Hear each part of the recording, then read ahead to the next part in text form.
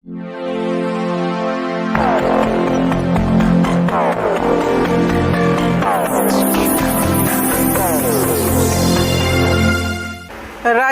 70% शेतकरी कर्जमाफीपासून वंचित राहणार, आमदार रोहित पवार. महायुतीच्या सरकारने कर्जमाफीसाठी काढलेल्या शासकीय आदेशात 3 त्रुटी आहेत. त्यामुळे राज्यातील 70% शेतकरी बांधव कर्जमाफीपासून वंचित राहण्याची शक्यता असल्याचे प्रतिपादन राष्ट्रवादी काँग्रेसचे शरदचंद्र पवार पक्षाचे आमदार रोहित पवार यांनी गुरुवारी लातूरात पत्रकारांशी बोलताना व्यक्त केले. सत्तेत असलेले सत्ताधारी पक्षाचे मंत्री आमदारही हा विषय मुख्यमंत्री देवेंद्र फडणवीस यांच्यासमोर बोलायला भितात, असा आरोपही त्यांनी यावेळी केला.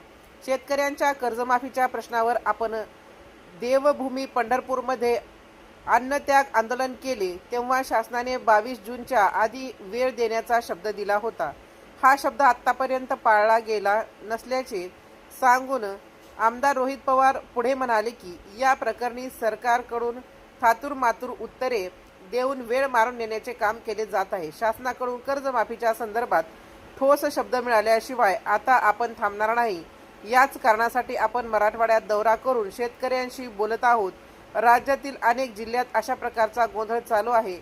याचा सर्वस्वी निर्णय मुख्यमंत्र्यांच्या हातात आहे, पण मुख्यमंत्री त्यावर निर्णय घेणे टाळत असल्याचे आमदार रोहित पवार म्हणाले. त्यासाठीच येत्या 29 जून 2026 रोजी छत्रपती संभाजीनगर येथे शेतकरी आंदोलन करणार आहेत. सध्याच्या काळात हे सर्वात मोठे आंदोलन असेल असा विश्वास व्यक्त करून शेतकऱ्यांना न्याय मिळेपर्यंत आता माघार घेणार नसल्याचे त्यांनी स्पष्ट केले. कर्जमाफीसाठी नियमित शेतकऱ्यासाठीची मर्यादा 50,000वरून 1 लाख करावी अशी आपली आग्रही मागणी आहे. शेतकऱ्याच्या या ज्वलंत प्रश्नावर महाविकास आघाडीची रस्त्यावर उतरण्याचीही तयारी आहे.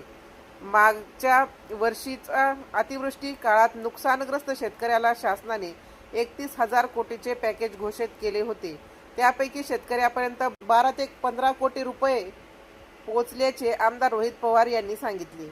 बाकीचे पैसे विमा कंपन्यांकडून वसूल करण्यात येणार असल्याचे सांगण्यात आले.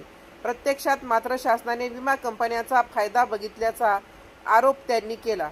शासनाने शेतकऱ्याची सरसकट कर्जमाफी करावी अशीही आपली मागणी असल्याचे ते म्हणाले. यावेळी बोलताना आमदार रोहित पवार यांनी अजितदादा पवार यांच्या अपघाताची CID CBI चौकशीची मागणी करूनही त्यावर सरकारकडून ठोस निर्णय घेतला जात नसल्याचे सांगून या प्रकरणाची आता न्यायालयीन चौकशी व्हावी अशी आपली मागणी असल्याचे नमूद केले. शक्तीपीठ महामार्ग महाराष्ट्राच्या हिताचा मुळीच नसून या योजनेच्या माध्यमातून राज्यातील महायुतीचे नेते 40,000 कोटी रुपयांचा मलिदा खाणार असल्याचा आरोप केला. शेतकऱ्यांचे हित न बघणारे हे सरकार स्वतःचा स्वार्थ साधून घेण्याची एकही संधी सोडत नाही, असेही त्यांनी बोलून दाखवले. या प्रसंगी बसवराज पाटील नागराळकर, माजी आमदार पृथ्वीराज साठे, संजय शेटे, ॲडव्होकेट संभाजीराव पाटील, राजा मनियार, राजेसाहेब देशमुख यांच्यासह राष्ट्रवादी काँग्रेसचे शरद पवार पक्षाचे पदाधिकारी मोठ्या संख्येने उपस्थित होते. राजमंत्र न्यूजसाठी सुधाकर फुले, लातूर.